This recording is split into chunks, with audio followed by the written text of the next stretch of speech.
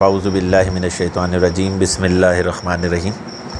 آج کل گھروں میں جو ایک مسئلہ جو اکثر دیکھنے میں آتا ہے وہ ہے بچوں کا بچپن میں ہی نافرمان ہونا، ضدی ہونا، اور بڑے ہو کے بھی بعض بچے جو ہیں وہ والدین کے نافرمان ہوتے ہیں۔ دونوں کے الگ الگ سے وظائف ہیں، میں آپ کو بتاتا ہوں۔ بچوں کے جو بچپن میں ضدی ہوں ان کے لیے ایک آسان وظیفہ ہے کہ رات کو ان کے سرہانے کھڑے ہو کر 11 مرتبہ سورہ اخلاص اتنی آواز سے، جب وہ سوئے ہوئے ہوں ان کے سرہانے کھڑے ہو کر 11 مرتبہ سورہ اخلاص اتنی آواز سے پڑھنی ہے کہ بہت اونچی آواز سے نہ ہو، آہستہ آہستہ آواز ان کے کان میں جاتی رہے۔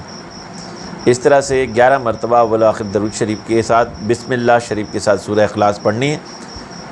41 دن یہ عمل کریں گے، انشاءاللہ بچے جو ضدی ہوں گے وہ اپنی ضد چھوڑ دیں گے، انشاءاللہ تعالی نیکی کی راہ پر چلیں گے۔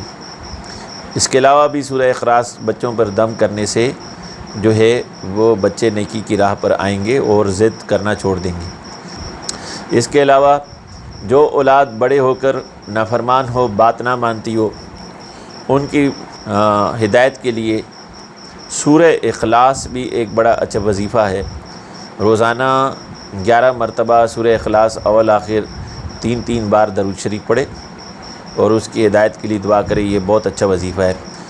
اور ایک بہت ہی مجرب وظیفہ جو بتایا گیا ہے وہ یہ ہے کہ اعوذ باللہ من الشیطان الرجیم بسم اللہ الرحمن الرحیم کو اس طرح سے پڑھے الحمد شریف سورہ فاتحہ کے ساتھ کہ بسم اللہ الرحمن الرحیم کی میم کو الحمد کے الف لام سے ملا دے، یعنی بسم اللہ الرحمن الرحیم الحمد للہ رب العالمین۔